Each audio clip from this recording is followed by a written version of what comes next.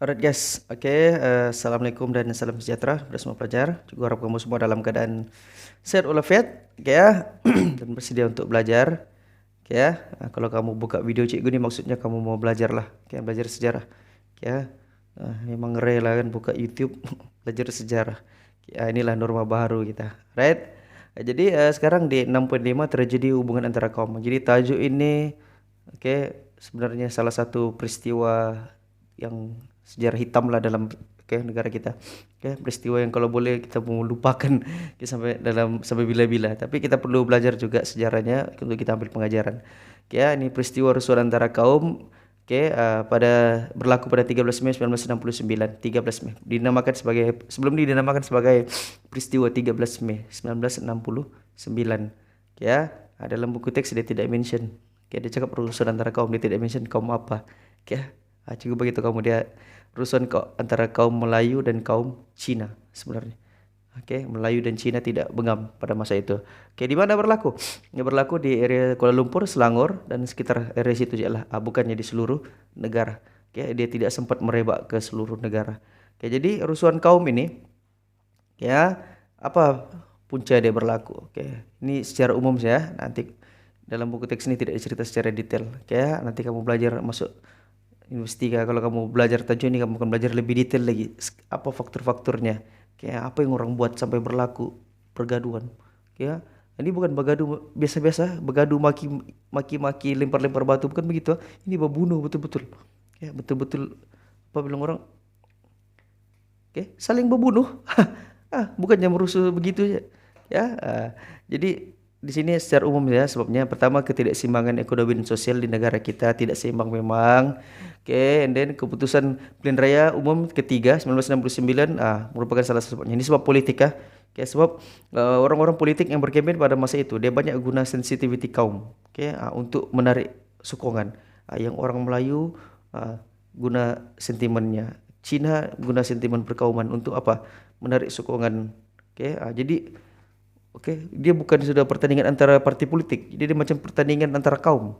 Jadi sebab itulah ini salah satu sebabnya politik juga ni ya.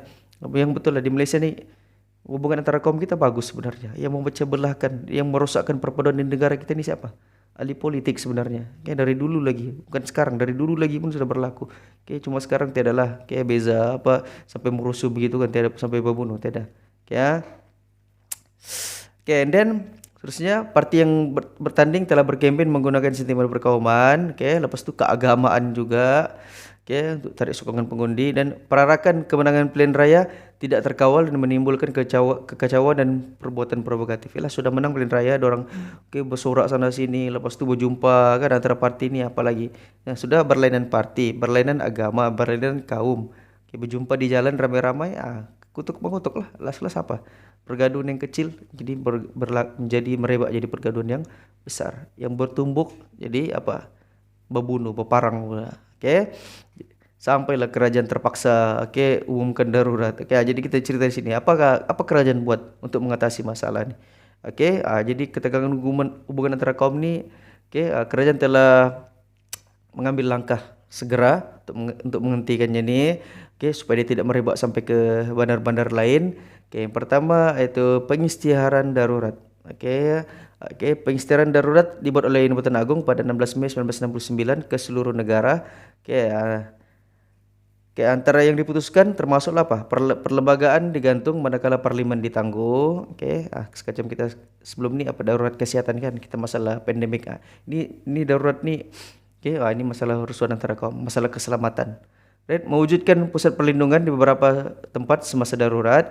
Pihak polis menguatkuasakan perintah berkurung. Orang ramai tidak dibenarkan keluar dan dikendaki tinggal di kediaman masing-masing. Ini perintah berkurung ni ya. Betul-betul berkurung. Semua orang tinggal dalam rumah, jangan keluar ke mana-mana. Siapa yang keluar ditembak. Dia. Kerajaan, pihak berkuasa ada hak untuk ambil tindakan, untuk tembak. Itu perintah berkurung. Alright. Sebab kalau kau keluar, nanti tercetus lagi pergaduhan rusuhan, kan makin merebak lagi. Then Seterusnya penubuhan jabatan kuasa bertugas untuk menyusun semula perkhidmatan penerangan kerajaan. Semua berita daripada pihak media ditapis bagi memastikan kesahihannya. Okay, ya. Berita apa semua di TV, di radio, surat kabar semua ditapis oleh kerajaan supaya tidak ada unsur-unsur yang menghasut. Okay, ya. And then kerajaan juga memastikan bakalan makanan diperoleh penduduk terutamanya di kawasan tempat perlindungan. Ada penduduk yang diasingkan lah. Okay, satu tempat supaya tidak berjumpa lah. Ya, dijaga oleh supaya tidak berlaku rusuhan lagi. Okay, lepas itu diberi makanan juga. Okay, and then mangsa rusuhan dipindahkan ke pusat perlindungan di Stadium Merdeka dan Tiongdam Settlement.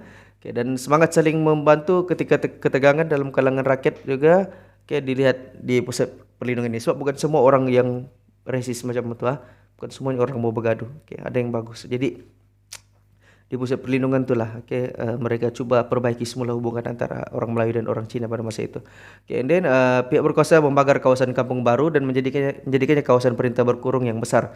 Kampung Baru di Kuala Lumpur, situ kawasan orang Melayu, kawasan itu ditutup kurung.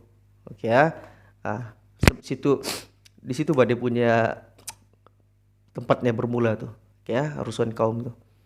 Right? Jadi and then kedua yaitu Majlis Gerakan Negara, Mageran. Ini Tuan Agong memperkenalkan penubuhan Majlis Gerakan Negara. Dipengerusikan oleh Tuan Nur Razak, Perdana Menteri pada masa itu. Ahlinya terdiri daripada pegawai perkhidmatan awam, semualah polisi dan tentera. Mereka diberi kuasa untuk memerintah negara. Semasa darurat 16 Mei 1969 hingga 23 Februari 1971. Setahun lebih lah, tidak sampailah 2 tahun.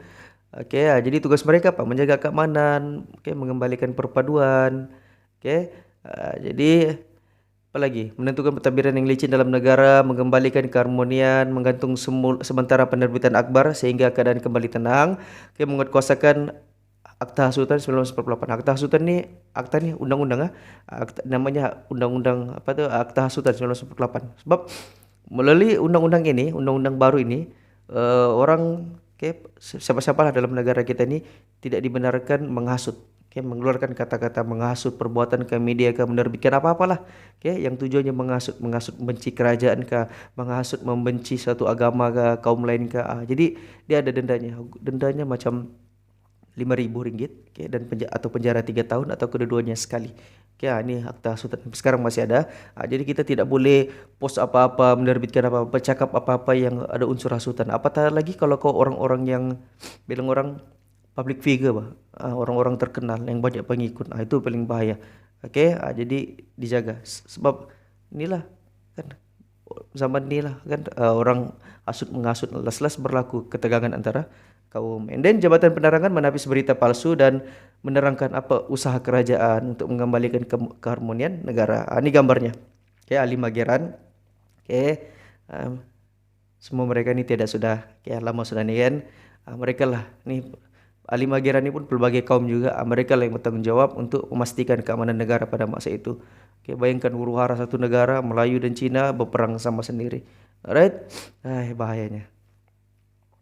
And then peranan raja apa gerangannya? Contohnya Sultan Perak, Sultan Idris Iskandar Shah, menasihati rakyat supaya bersatu padu. Sebab di Perak pun ramai orang Cina, ramai orang India. Awal-awal sudah diberitahu oleh raja, oleh sultan, jangan bergaduh, jangan ikut macam apa yang berlaku di KL dan Selangor. Jadi yalah kalau sultan yang cakap semua orang dengar, tidak kira orang Cina ke orang India, semua orang dengar kan, semua orang respect kan. Yang orang tidak respect ni ahli politik ni. Ada orang dia yang menjadi batu api antara kaum. Alright? Tapi kalau raja melindungi semua rakyatnya. Tidak kira lah orang Melayu ke, orang Cina ke, orang India ke, kaum-kaum lain semua dijaga. Alright? Jadi rusuhan kaum dapat dihentikan melalui usaha yang dilaksanakan oleh pihak berkuasa. Jadi banyaklah cabaran-cabaran lain. Sudah cabaran sosioekonomi, cabaran komunis, pemisahan Singapura, lepas itu cabaran perpaduan antara kaum lagi. Banyak betul masalah negara kita ni. Sepanjang 10 tahun pertama pembentukan Malaysia banyak masalahnya.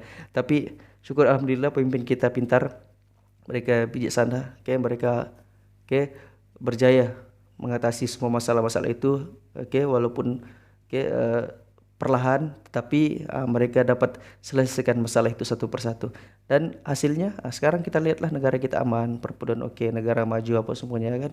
Hasil perjuangan pemimpin-pemimpin yang terdahulu. Ini kita wajib hargailah. Oke ya, kita tidak hidup zaman itu, kita tidak belum lahir lagi pada zaman itu. Jadi kita tidak rasa kesusahan mereka. Oke, kita lahir zaman sudah negara sudah stabil kan, ekonomi sudah maju, perpaduan sudah bagus kan. Jadi kita tidak rasa tuh. Itu pun kita perlu syukuri juga. Alright, jadi rasanya itu saja untuk bab 6 settle. Oke. Eh, masalah-masalah yang dihadapi oleh negara kita, cabaran-cabarannya, oke, cabaran dalam Malaysia, pemisahan Singapura, komunis, masalah pembangunan ekonomi, terjadi hubungan antara kaum, semuanya, oke, berjaya diselesaikan pada masa itu. Right, di itu saja. Selamat mengulang kaji. Good luck for your SPM. Right.